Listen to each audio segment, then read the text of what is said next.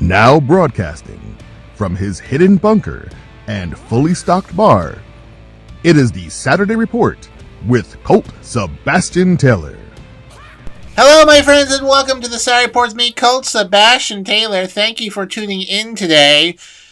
As a reminder, you can find me on the Twitter, the Facebook, the Instagram, the Cameo, and other social media places at Colt S. Taylor.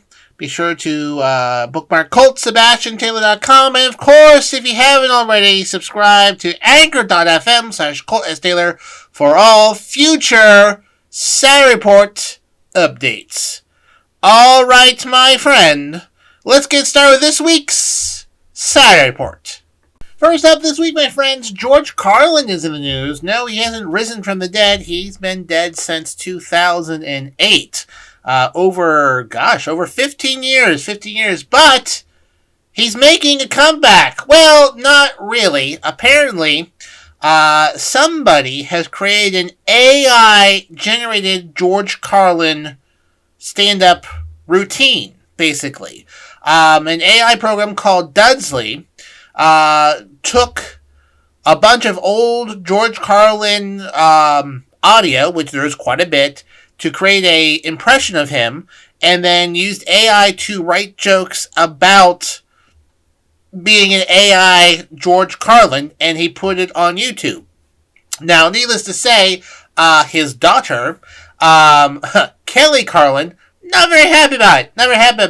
Because she wasn't consulted, and certainly no one was compensated for using that, because it's AI isn't created from nothing. Okay, it doesn't create from nothing. AI creates from something else. So if someone would create an AI Saturday Report with Colt Sebastian Taylor, the voice that you'd be hearing would be the voice and tones I've used before. So the same thing with AI art is becoming an issue. Now AI stand-up comedians, apparently it's an issue as well. Kelly Carlin wrote on Twitter in response to this, quote, "My dad spent a lifetime perfecting his craft from his very human life, brain, and imagination. No machine will ever replace his genius. These AI-driven products are clever attempts to trying to recreate a mind that will never exist again. Let the artist's work speak for itself. Humans are so afraid of the void that we can't let what has fallen into it stay there." The thing that was uploaded to YouTube is an hour long. It's called George Carlin, I'm Glad I'm Dead, and uses an approximation of his voice to talk about mass shootings, transgender issues, as well as former President Donald Trump. It begins with a disclaimer from a computer-generated voice saying, quote, "I just want to let you know very clearly that what you're about to hear is not George Carlin. It's my impression of George Carlin." So there's been some push back and forth here. Some people are saying that Kelly Carlin is only complaining because she's not getting compensated for this. Other people are saying, you shouldn't use AI to do this, recreate people. So it's a very touchy subject. I personally don't like it. I mean, I listened to it. It was pretty convincing. Like, if you didn't say this is a George Carlin AI voice with AI material written, I would have thought it was, George Carlin. It was a very convincing impression. Kelly Carlin continued on Twitter saying, quote, "I'm worried about his legacy, his reputation, his art. I'm allowed to do that as his daughter and while I'm alive. It's important that these corporations don't rape and pillage art. Don't assume you understand who I am and what values I live by." So just for just a little bit of trivia here, George Carlin left 14 hours of unique comedy post behind comedy shows. He did a special nearly every other year. Pretty crazy. And it seems like that Kelly Carlin will pursue some legal action here to stop this from happening again. She also wrote on Twitter, hey, Zelda Williams, Mel Rivers, and Gary Shandling, we should talk. She wrote to the daughters of the late Robin Williams, Joan Rivers, and Gary Shandling, saying that they should work together to prevent AI being used to recreate their father's work. A, without compensation. B, you can have them say anything. You can have an AI George Carlin hawking bitcoins and whatnot. And they're very convincing AI generations. This is way beyond deep fakes and like sloppily putting actresses and actor faces into pornos that barely match. This is the several steps beyond that. So, I'll follow this definitely for sure. Find this to be very entertaining, very interesting, and see, if AI starts impacting things like this. And it already is. Crazy stuff.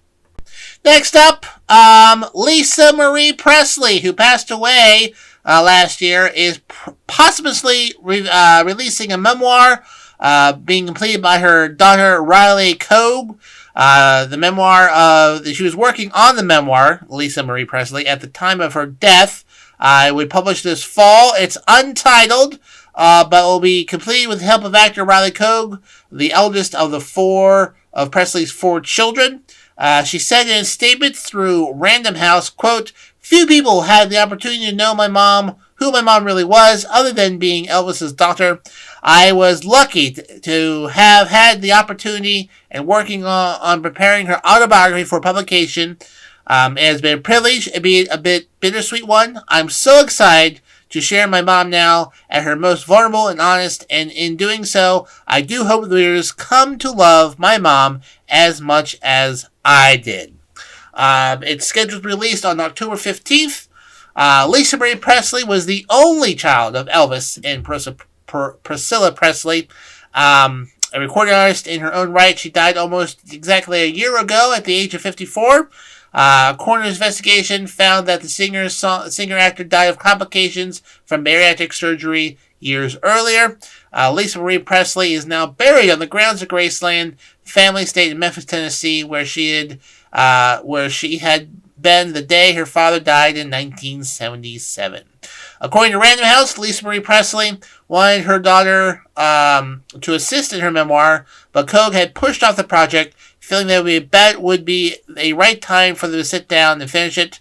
After Presley's death, Cogue spent hours listening to tapes of her mother had made in preparation for her life story. According to Random House's announcement, quote, Riley knew that it was time for Lisa Marie's voice to be heard.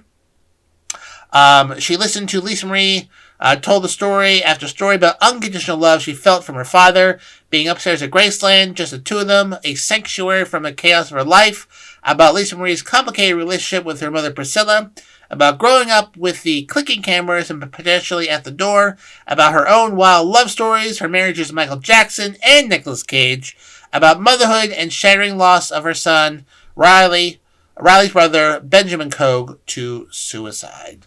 Random House is calling the book a quote, raw, riveting, one-of-a-kind memoir, because they're advertising, it makes sense, told mostly through Lisa Marie Presley, with Riley filling in the blanks from her own memory and those closest to her mother. The audio edition will be read by Cogue, along with some experts from Lisa Marie's taped recollections. So, if you're a big Elvis fan or a Lisa Marie Presley fan, then her autobiography is coming out this October. Next up, Lisa Marie Presley, who passed away last year, is posthumously releasing a memoir being completed by her daughter Riley Cogue. She was working on the memoir, Lisa Marie Presley, at the time of her death. It would publish this fall. It's untitled, but will be completed with the help of actor Riley Cogue, the eldest of Presley's 4 children. She said in a statement through Random House, quote, few people had the opportunity to know who my mom really was, other than being Elvis's daughter. I was lucky to have had the opportunity and working on preparing her autobiography for publication. It has been a privilege, it'd be a bit bittersweet one. I'm so excited to share my mom now at her most vulnerable and honest, and in doing so, I do hope the readers come to love my mom as much as I did. It's scheduled to be released on October 15th. Lisa Marie Presley was the only child of Elvis and Priscilla Presley. A recording artist in her own right, she died almost exactly a year ago at the age of 54. Coroner's investigation found that the singer-actor died of complications from bariatric surgery years earlier. Lisa Marie Presley is now buried on the grounds of Graceland family estate in Memphis, Tennessee, where she had been the day her father died in 1977. According to Random House, Lisa Marie Presley wanted her daughter to assist in her memoir, but Cogue had pushed off the project, feeling that it would be a right time for them to sit down and finish it. After Presley's death, Cogue spent hours listening to tapes of her mother had made in preparation for her life story. According to Random House's announcement, quote, Riley knew that it was time for Lisa Marie's voice to be heard. She listened to Lisa Marie told the story after story about unconditional love she felt from her father, being upstairs at Graceland, just the two of them, a sanctuary from the chaos of her life, about Lisa Marie's complicated relationship with her mother Priscilla, about growing up with the clicking cameras and potentially at the door, about her own wild love stories, her marriages to Michael Jackson and Nicolas Cage, about motherhood and shattering loss of her son, Riley's brother, Benjamin Cogue, to suicide. Random House is calling the book a quote, raw, riveting, one-of-a-kind memoir, because they're advertising, it makes sense, told mostly through Lisa Marie Presley, with Riley filling in the blanks from her own memory and those closest to her mother. The audio edition will be read by Cogue, along with some experts from Lisa Marie's taped recollections. So, yep, if you're a big Elvis fan or a Lisa Marie Presley fan, then her autobiography is coming out this October. Speaking of Michael Jackson, a biopic about Michael Jackson is coming in 2025. Will hit theaters April 18th, 2025, according to Lionsgate. Michael Jackson will be portrayed by his nephew, Jafar Jackson. So, that's very interesting. It's going to be directed by Antoine Fuqua, as well as he directed the movie Southpaw and Emancipation. The film has the Jackson estate approval, and Graham King, who produced the Queen biopic Bohemia Rhapsody, is co-producing the movie called Michael, along with John Braca and John McClane, the executors of Michael Jackson's estate. John Logan, the screenwriter behind Gladiator, Rango, and Hugo, wrote the film's screenplay.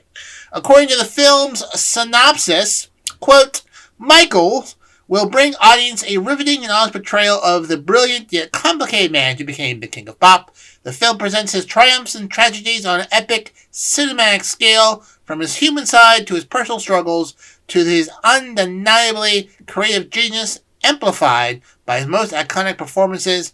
As never before, audiences will experience an inside look into one of the most influential, trailblazing artists the world has ever known. Michael Jackson remains one of the best-selling artists of all time, as well as influential, although obviously his career was riddled with a wee bit of controversy. It remains to be seen how the Jackson estate approved the project will handle multiple allegations of child sexual abuse that surfaced against him while alive, as well as after he died, if the film even addresses that whatsoever.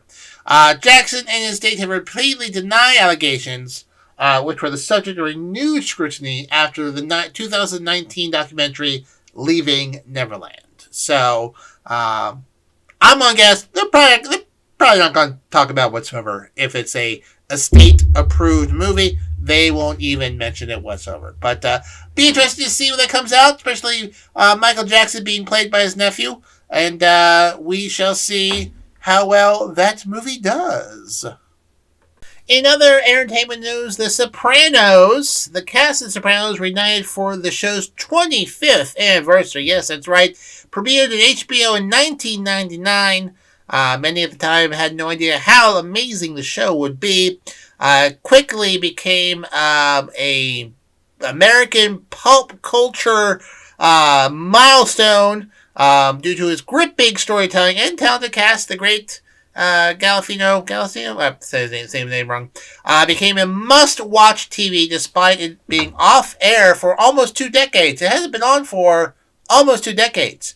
Last week, January 10th, marked 25 years since the show premiered, and the cast came together to celebrate. They had a so-called family dinner. Took place at a venue decked out with references from the Emmy-winning show and a menu inspired by the show. Cast members who came include Steve Scarippa, Lorraine Bracco, Ray Abruzzo, Ida Taruto, Vincent Pastore, Jason Sabone, Federico Calostorco, Dan, I'm saying all these names wrong, Dan Girardi as well. You know, the medium cast members of the group. To mark the milestone, Max, which used to be HBO, but now they're just called Max for some reason, launched its Sopranos 25th Anniversary Collection, which includes 15 deleted scenes, including 3 that have never been seen before. It also contains more than 5 hours of behind-the-scenes content highlighting the cast. And if you are in New York City, you're very lucky because the renowned Italian restaurant Danico will feature Sopranos-inspired menu like Camella's Baked Ziti and Sartori's Special Caprice from January 11th, which was this week, through February 4th. So you have roughly a month to check it out. Cast members Robert Ear and Jamie Lynn Seeger will release a 25th anniversary edition of their podcast, Not Today, Pal, on January 18th, where they reminisce on their roles as AJ and Meadows Soprano, respectively. I guess they do a podcast together, that's cute, and how they essentially grew up on TV. So, if you're a big Sopranos fan, well, if you are, then you already knew this, so you probably already visited the restaurant, and you probably already listened to that podcast, but 25 years since the debut of The Sopranos. In other entertainment news, Top Gun, the sequel, remember Top Gun Maverick? Came out, I think, last year, Didn't see it. Watched the dogfight at the very end. Pretty impressive stuff. I don't even know what was real and what was CGI. Seems like a lot of it was real. Well, apparently it did so well that Top Gun 3 is in the works. That's right, still topping it. Top Gun 3 is currently being worked on. Apparently it got the green light for a third film. Top Gun co-writer Ehren Kruger is penning a script for what will be a new installment. Sources say Maverick director Joe Kosinski would also return to direct.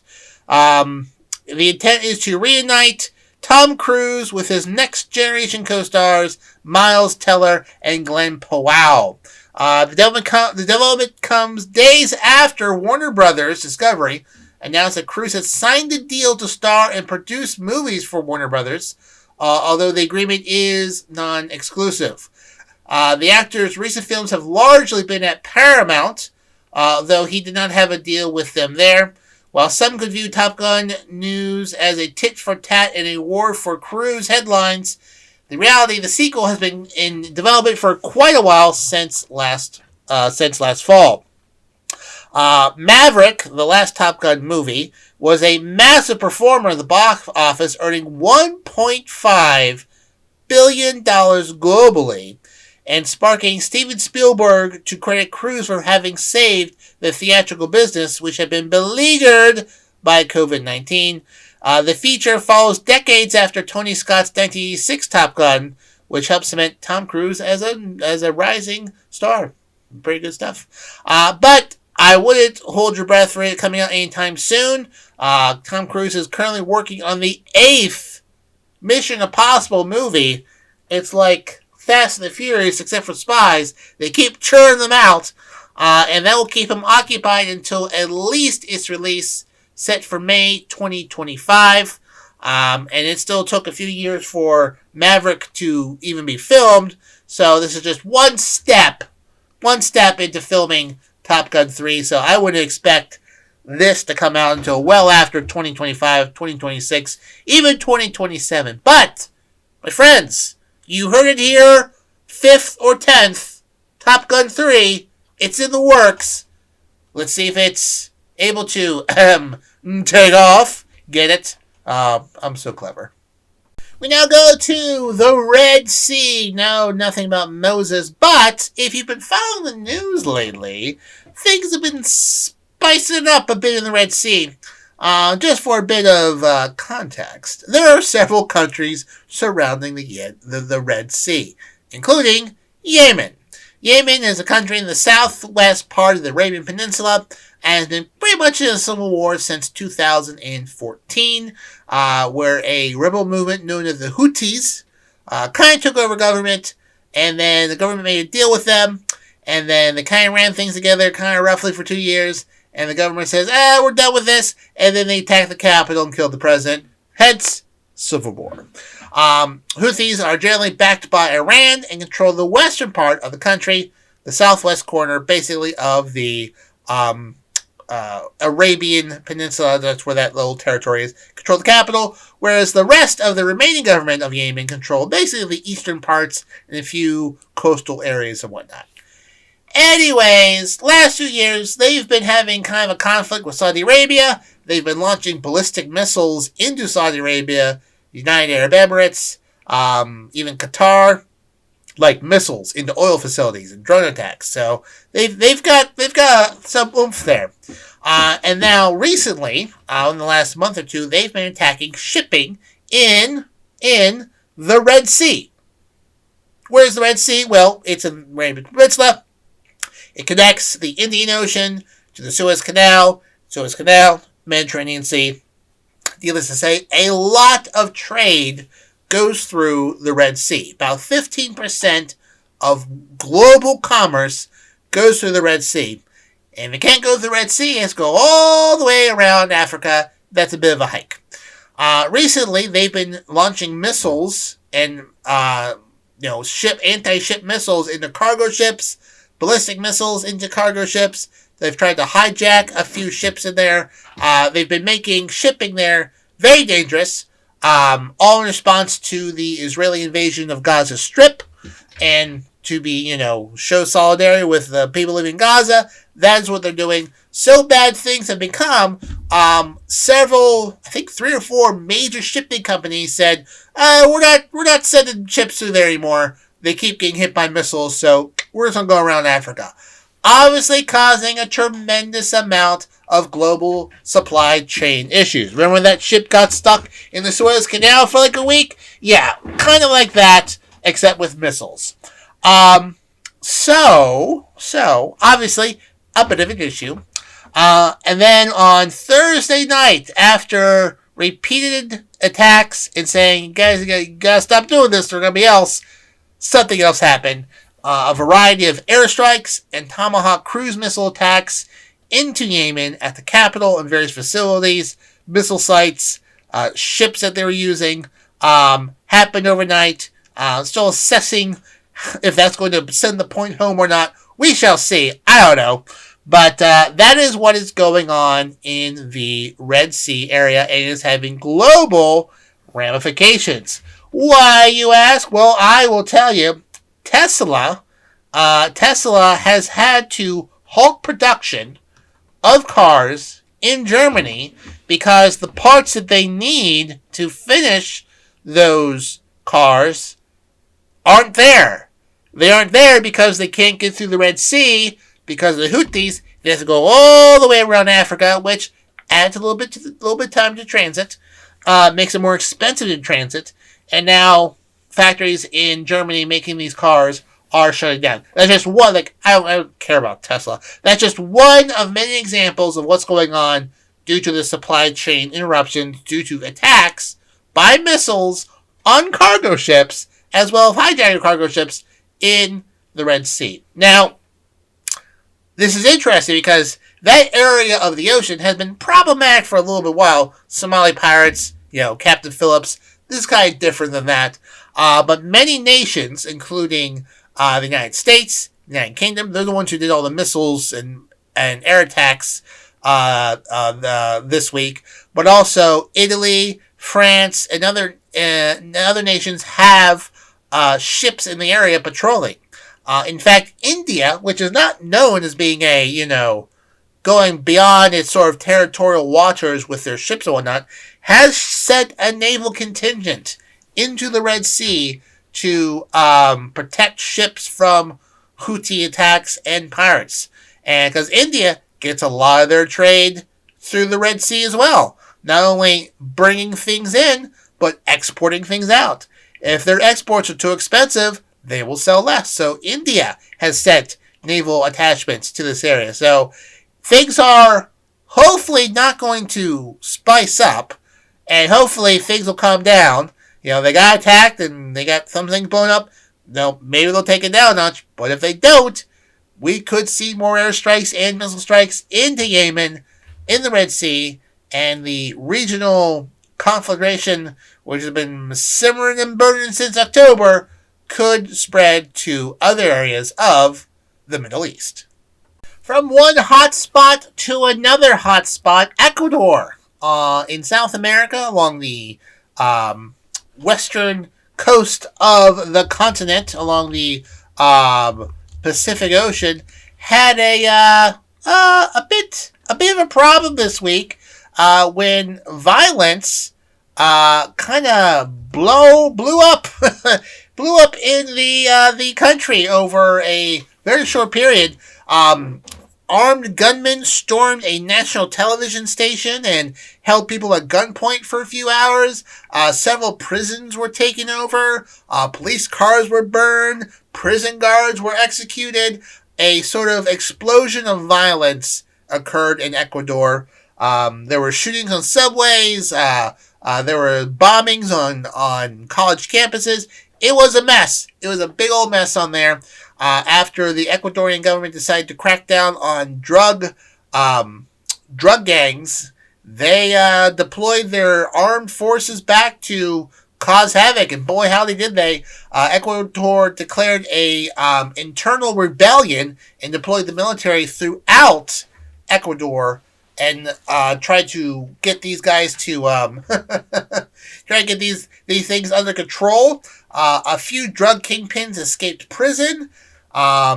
It is a mess there, and it taken a lot of people by surprise. Ecuador was at one time known as being a pretty peaceful area, but over the last 10 years, things have become really bad, and murder rates are now 8 times higher than they were 5 years ago. A lot of people are pointing this back to an ill-conceived plan to President Daniel Noboa's, the previous administration's plan in 2007 to 2017. The Ecuadorian government kind of had a peace treaty with drug kingpins, and pushed out a U.S. anti-drug monitoring base, and they said they were going to buy drones to monitor the border for drug shipments. No one ever did that. It became pretty much a haven for drug gangs to ship things in and out. And now that the government kind of has cracked down on it, there has been just an orgy of violence over the last week and whatnot. In fact, Ecuador during this time launched a thing called universal citizenship, where people from all over the world could move to Ecuador, get citizenship, without having to disclose their criminal records.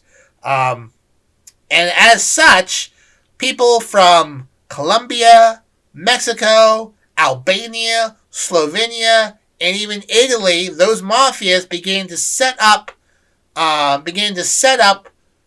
operations there to ship drugs out. Ecuador is a convenient drug shipping logistic point because it's sandwiched between Colombia and Peru, which is the two of the world leading producers of coca, which is made for cocaine and other drugs as well. And Ecuador uses the US dollar as its official currency, making it way easier to launder drug money. So, crazy. The former president, Corina, who a lot of people blame for setting things into motion for this to be like this, quickly supported the current president's emergency measures to crack down on drug mafias and deploying the military, but critics say that he's just trying to cover his rear for the best that he's created. In fact, some representatives of the U.S. government, including the Southern Command, I believe, so the military, representative of the U.S. military is heading down there. General Laura Richardson, head of U.S. Southern Command, will go to Ecuador in the next few weeks to offer assistance to the Ecuadorian government, which I can only imagine means I don't think they'll be deploying troops or making airstrikes, but like cheap guns and satellite photos is probably what's going to be in that briefcase that she's bringing with you. So, yeah, it is. If you have plans to visit Ecuador, you might want to not do that. Or Bolivia. Or, South America. A lot of South America is kind of a problem right now. You might just skip most of South America and just go to the Poconos or something. Just saying. It's a little dicey. It's a little dicey everywhere. Why? You don't need it. Ireland. Ireland's nice. And that's it. We now go to the automotive industry, where Hertz, the rental company, is selling a third of their EVs, electronic vehicles, 20,000, and using the proceeds to buy gas combustion vehicles, seen as a blow to the EV industry, mostly because they are more expensive to repair, Hertz and whatnot. Gas combustion cars are a bit more easy to repair, and Hertz, cars get damaged a lot by renters, and they get a lot of wear and tear on them. But the car rental firm saying it's selling 20,000 Teslas, Volvos, Polestars, more, due in part because of their cost of maintenance. The overall EV industry is slowing a bit as early adopters dry up and prices remain stubbornly high, aka corporate greed. That's what that is. Morgan Stanley analyst Adam Jonas called the move, quote, another sign that EV expectations need to be reset downward across the market. He said it was also a warning to drivers thinking to switch from gas to electric about the cost of ownership. Quote, while consumers enjoy driving experience and fuel savings per mile of an EV, there are, quote, hidden costs to EV ownership, he added, citing insurance, repairs, charging infrastructure, residual value retention, and range anxiety. But repairs are one of the biggest culprits of high cost of ownership for EV drivers.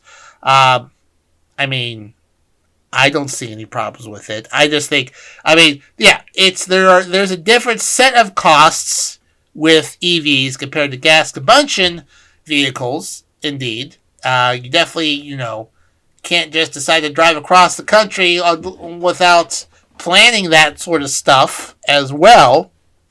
But, I don't think, I think this is a decision by Hertz, who cars get a lot of wear and tear. A lot of people wreck the cars, bump them, scratch them, don't use them properly. They don't care. They're rentals. That is why they're getting rid of them and whatnot. So, I love my EV, my Colt Sebastian Taylor that I got from Troutman Chevrolet. Check them out in Central Pennsylvania. Makes sense for rental cars. The EV charging infrastructure isn't quite there where it needs yet. So I could drive from here to Columbus, Ohio, but I would really need to plan out the driving and make sure it's not done in terribly cold weather because, cold weather does impact the range of an EV car. Just saying. So, not surprising, but I think EVs are the way of the future. And would love to get a home charging thing myself, which I don't have because I don't have $6,000 laying around. Surprise, surprise! The Saturday report with Colt Sebastian Taylor not rolling in the money. Not yet. Still working on that. Still trying to figure out how to make that big podcast money. It's not taking a dump on Hyundai. I'll never accept money from them. Well, I will never accept less than $10 million. $10 million, Hyundai, I will be your spokesman. But anything else, no. Anyways, if you're looking for an EV for sale, Hertz is about to sell 20,000. You might be able to get one real cheap. I don't know where Hertz sells them. They probably use an auction yard. But hey, could be an influx of used EV cars into the market. Could, my friends, drive down prices. Next, my friends, we go to space. SpaceX, actually. And T-Mobile announced this week they successfully sent the first texts via Starlink satellites. Now, Starlink is a SpaceX thing. SpaceX is owned by Madman and probably Elon Musk. Where 5,000 mini micro satellites are flying out through the sky in the air, providing internet connection to 2.3 million people. Not like super fast, high speed, gaming internet, but like internet in areas where you can't usually get internet, like a war zone or the middle of nowhere.